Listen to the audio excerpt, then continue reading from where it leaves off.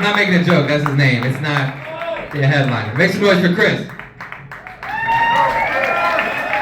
Surprise!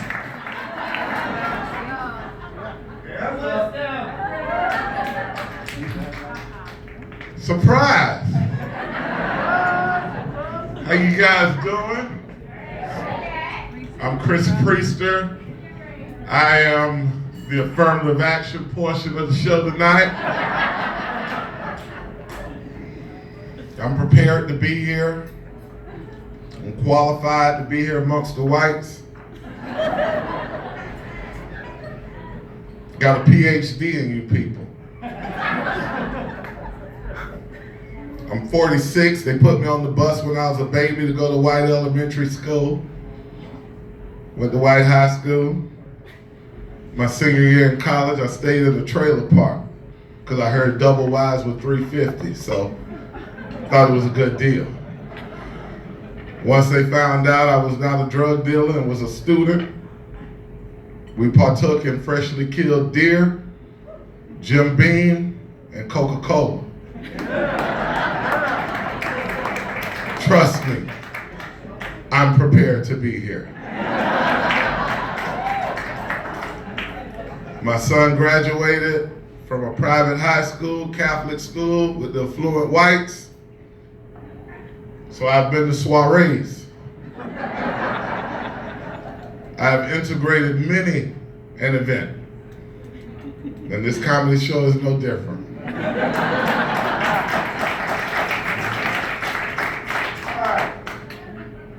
I'm gonna talk a little bit, I'm gonna get comfortable here. Because I'm Chris Priester, the teacher. I'm a teacher by trade. Yeah, don't clap for that. About ready to quit. About sick of it, it ain't what it used to be, you just can't talk to them. They just look at me, treat me any kind of way. And I teach in the hood. So I know you're racially profiling, you're looking at me. Big black guy, I bet he teaches PE.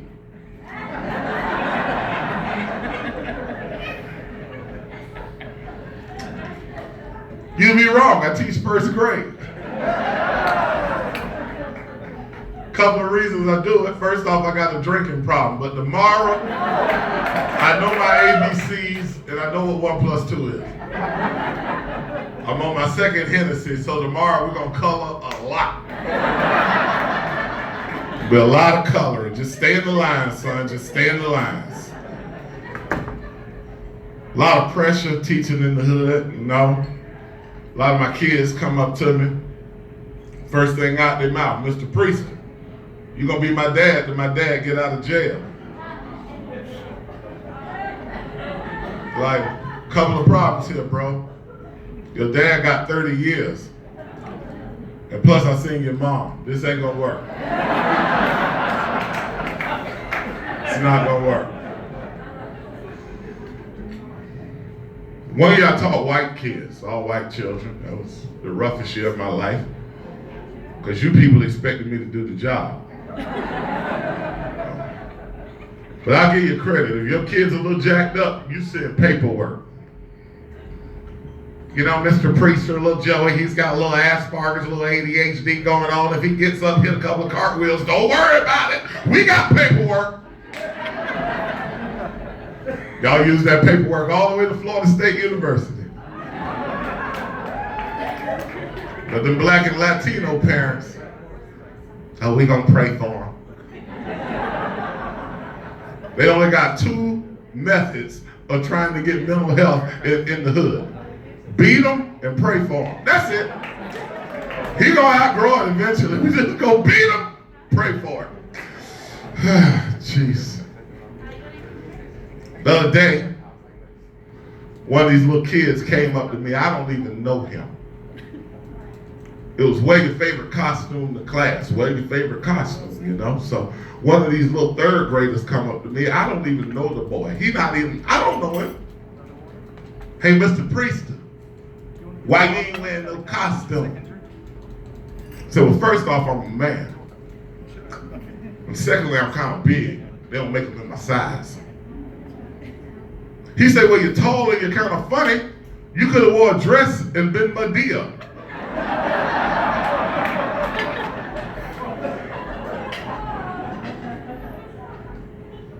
Now, before I caught myself, I said, well, you could have wore a yellow hat and been Curious George, you little monkey, but I can't say that.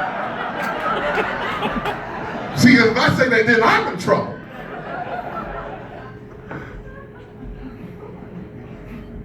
Then these little hood mamas, they sending the babies there to set me up. They're trying to set me up for one of these lawsuits. I know what they're doing. I bumped into one the other day. I barely grazed the guy. He falls down in a fetal position. I said, sir, do you need me to call the ambulance? He looked up at me, he said, after 911, call 411. I said, I heard that commercial on the radio the other day. I'm sorry, I don't know why. I'm a little concerned about the kids, because, you know what, I haven't figured it out, because, you know, I'm over 40, I haven't figured this out. See, the kids are screwed up because they don't have nothing to watch, you know? When I was coming up, I had real family shows, things I could watch with the whole freaking family. You know? I can't invite my son out to watch nothing. I got a 22-year-old and a 7-year-old. Okay. Same wife. Oh boy, we're gonna bring stereotypes tonight, people. We're gonna bring stereotypes tonight. I've been up here 5 minutes and some of you are taking notes. It's like, he's got a job, he's married, 2 kids, same wife. He must be related to Ben Carson.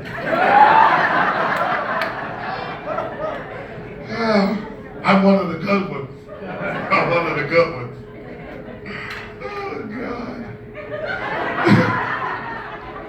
But you know, they don't have nothing to watch. I said, you know, because I thought about it, you know, we're the first generation, because 50 years ago, you got all your values from 1 of 3 places. Your church, your home, or your school, okay? And if you were really good, you got them from all 3, all right?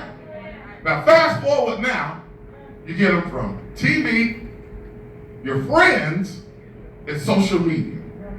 So now, I'm thinking, I said, God, I really was screwed up as a kid.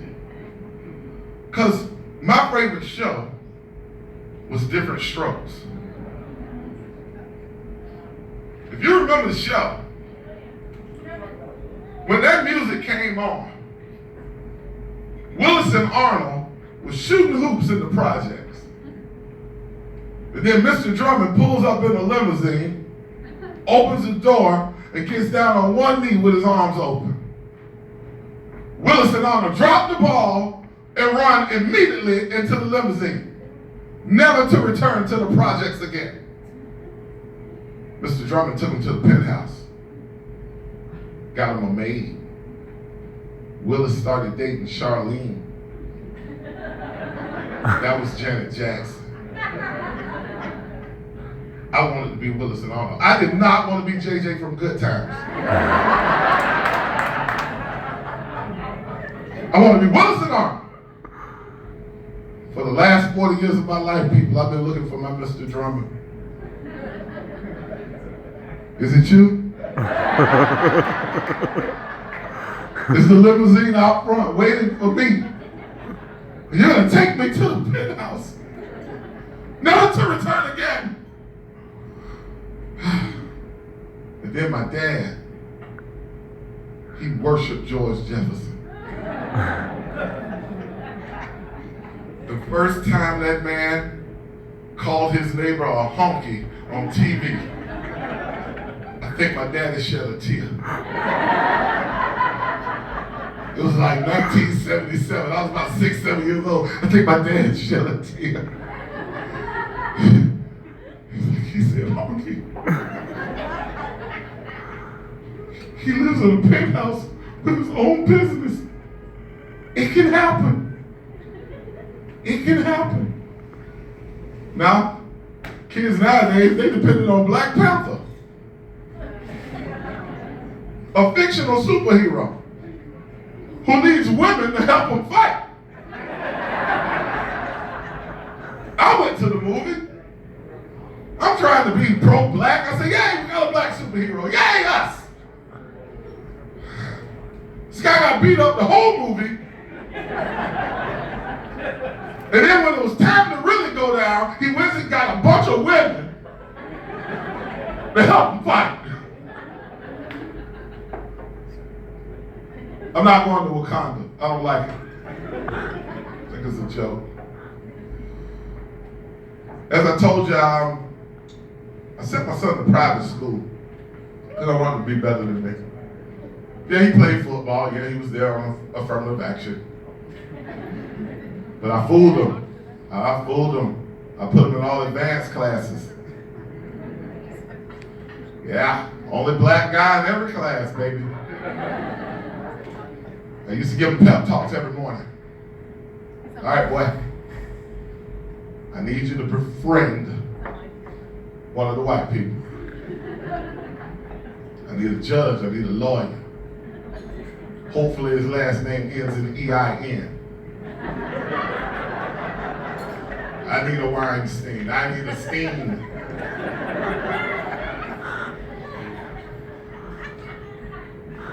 Every morning I pump him up.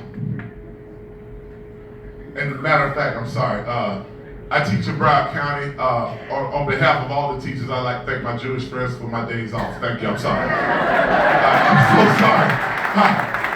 As I digress, I'm so sorry, guys. I'm so sorry. 2% of the population, 100% of the days off. Amazing. But back to the story. I'm so sorry. True story, people. All my stories are true. The names have just been changed to protect the innocent. Woo! So, a month goes into school. My son comes home with an invitation. We've been invited to a soiree on the beach. And he looked at me, he said, Dad, I already asked. We'll be the only black people there. So I hugged him. All week long, people, I prepared for white people like Bill Belichick getting ready for the Super Bowl. Fox News. I watched Tucker and Hannity all week. I said, I'm gonna be ready.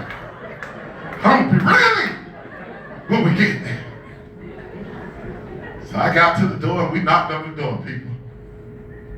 And the door swung open. And I looked around, I said, this is it, family. We have made it. The priesters have arrived. But as soon as they walked in, they did just what they always do, just like they used to do with the slaves. They broke us up. They split up the family. Yeah. They took my wife with the wives. I looked at her, I said, be strong, honey. You're the only one that worked. Be strong. They took my big son upstairs. I said, D, be careful up there. You know they doing the drugs, but you're gonna get blamed for it. Be careful! And I went over with the dads, doing my thing. So you know they looked at me.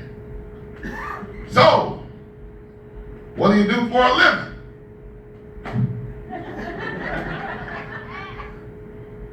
Said, I'm an author. She said, oh, what kind of book are you writing? I said, well, the last 15 years I have been studying the Negro child in the elementary school setting. Their habits, how they operate. So I've been getting real life data on my book. It's like, all right. Didn't want to tell them I'm a first grade teacher. That didn't sound too good at the soiree. I told them I was an author. That sounds better. And now they were like, wow, this guy's pretty impressive. So now it's time to eat. This is when it got tricky, people. They had the carving stations with the fancy hats, roast beef, prime rib, the good stuff.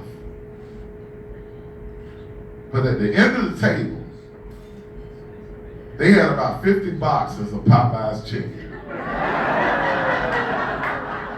God's honest truth.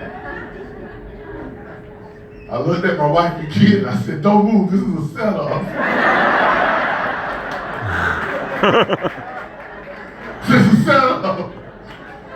I said, don't flinch. chicken. I said, roast beef, prime rib, we gotta show them what one of them don't do it.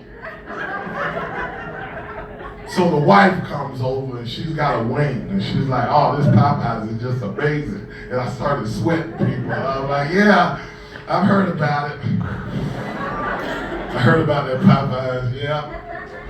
I'm just panicking, people. So we made it through the dinner.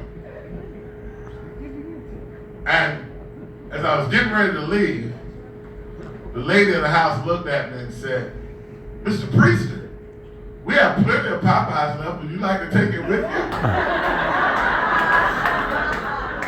I said, well, I don't eat it personally, but the other Negroes in my neighborhood, I think they'll enjoy it. Moral of that story, people, is we ate Popeyes for about a week, man. Yes. Didn't blow my cover. Didn't blow my cover. I've got a t-shirt here. At nighttime, I have the other comics. About a year ago, we were going to Valdosta, Georgia to do a show. And at the time, I was 45. And the next oldest guy in the vehicle was 28. And the youngest dude was 22. And it was 5 of them and 1 of me. We were in an 8-passenger vehicle. So the whole time, like the first 30 minutes, every time they talked to me, they were like, hey, Unc. Hey, Unc. And I'm like, dude, who is Unc? What is the problem? Are you calling me old? And he said, nah, man. If you was old and boring, we would call you Pops. But you old and cool, so we call you Unc. So I embraced it.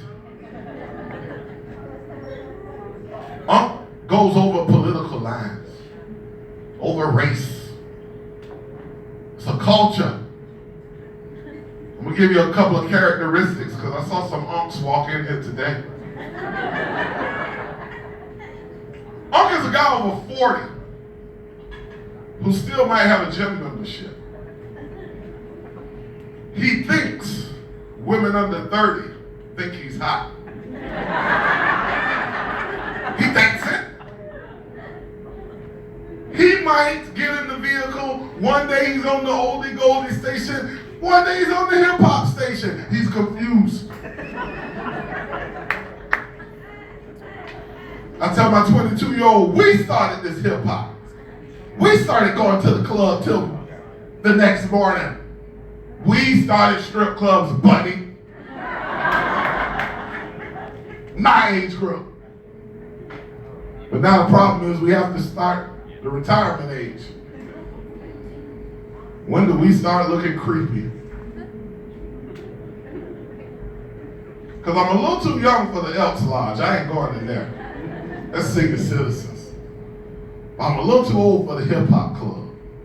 So I'm right in the middle. This is where this comes in. Get here about 7:30, couple of drinks, something to eat. Start yawning about 9:30. Back home by 10:15. That's what uncs do. But we can suck it up once a month and give you 2 in the morning if you want to go there. We'll suck it up and we get home early enough to take a nap. We'll get there. Let me get home and get me a power nap, baby. I'll stay up at 2 in the morning for you. Yes, I will. But this is the problem Unc had the other day. Because the front of the shirt says, Unc still got it. Okay. On the back of the shirt it says, you can call me Unc, but you better not call me Pops. Call me Pops, I'm gonna slap you. I get upset about that. But the other day, guys, I was at the basketball court, just trying to stay in shape. You know, I was on the other end, just minding my business, just shooting. Nothing else, just shooting. Some young guys down there, about Trey Maddox, our host stage, they're down on the other end shooting. And they look down at me and they say, hey, Unc! I know they were talking to me, so I ignored them. Then one of them got closer. He said, hey, Unc! I said, yes, sir, young fella, what can I do for you? said we need one more so we can run a whole court game. I said a whole court game. They said, yes, sir. Now, guys, my mind was telling me no. But my body was telling me yes. My body won, guys. So I marched down to the other end of that court and we started matching up. When I saw a guy about Trey Maddox's size, I said, I'm gonna guard him. I think I can take it. I got it. So as the game started, guys, I was giving them the business, you know. Because these young boys don't know their fundamentals. I was giving them my jab step, my pump fake. Oh, I was doing it. But the problem, people, at the time, the game was 4-4. And we were going to 12. And we were going by ones.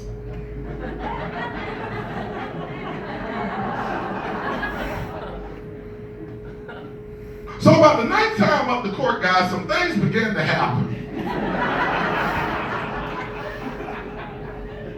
Got a little tightness in my back area. Started feeling a little tightness in my knees and my hamstring. I started saying stuff like, you guys play offense, and I'm gonna stay down here and play defense. So that mismatch started swinging the other team's way. And that little white kid started talking to me. Where you at, old man? You ain't got it, old man. So I did what any real man from my era would do. I mustered up enough energy to foul him as hard as I could. And as he lay on the ground with his little helpless millennial body, he looked up at me and said, "Oh man, you tried to kill me. I can't play the rest of this game." I said, "I can't play it either." They finished that game 4-on-4, people. But I left with my dignity. I'm left with his pride. I didn't quit. The poor millennial couldn't finish the game.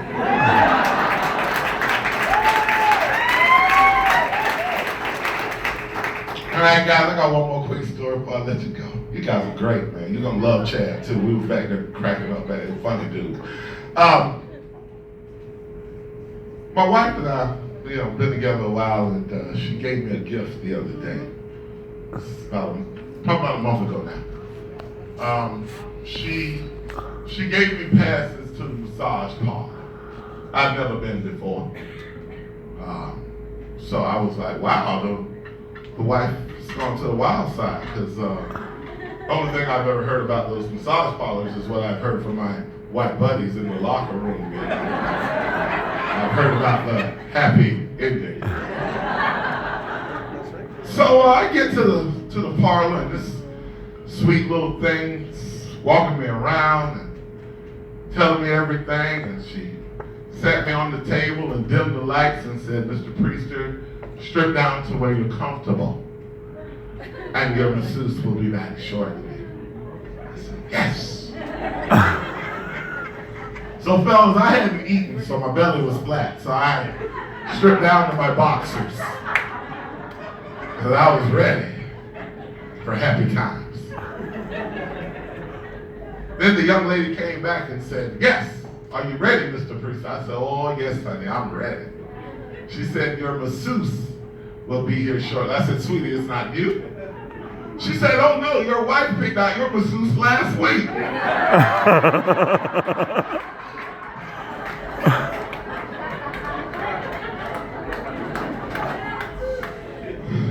Guys, I got healed up. And I know you're racially profiling because we all do it. Hilda looks just like you're imagining. About 62. That dirty, dirty salt and pepper gray hair. Look like she just lives with about 30 cats. You know how the cat women look. Don't play with me. I'm with my people. I told you I know you guys. I know what the cat lady looks like.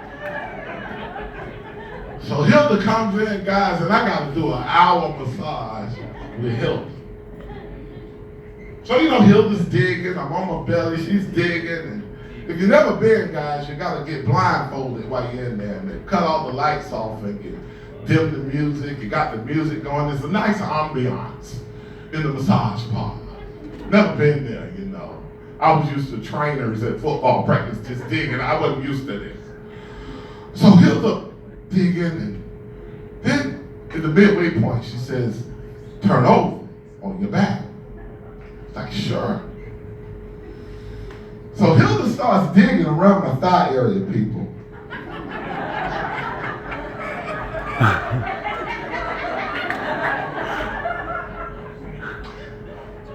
And somebody didn't get the memo that this one's gonna be the happy ending. So now I'm getting movement in my boxer.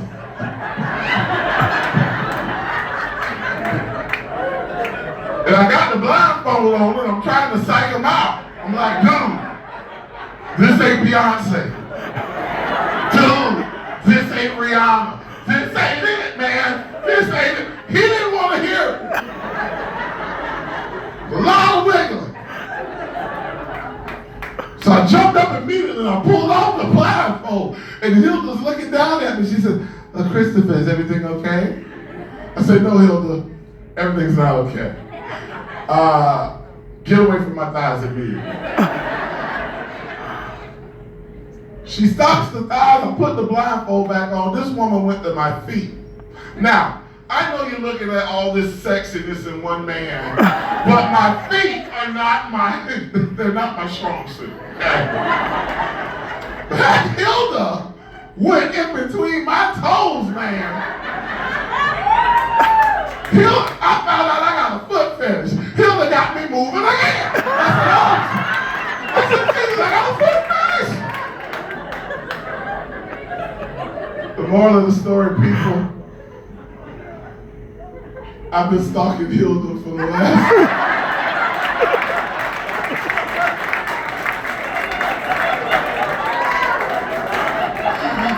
People up in front of the massage in me, I go like, hey, it's Hilda here today. Oh, she's off? When did she come back? When did she come back? Oh, God. You guys, I tell you, I'm going to leave you on this note. If your kid comes home and says, Mom, Dad, my teacher doesn't like me, listen to him. And tell them the truth. I got little girls I failed just because they look like somebody that dumped me 30 years ago. They're like, Mr. Priestley, you like my project? No. No. You give an L. You look like Shawana from 10th grade. I hate you. All right, guys, you've been great. Enjoy the rest of the show.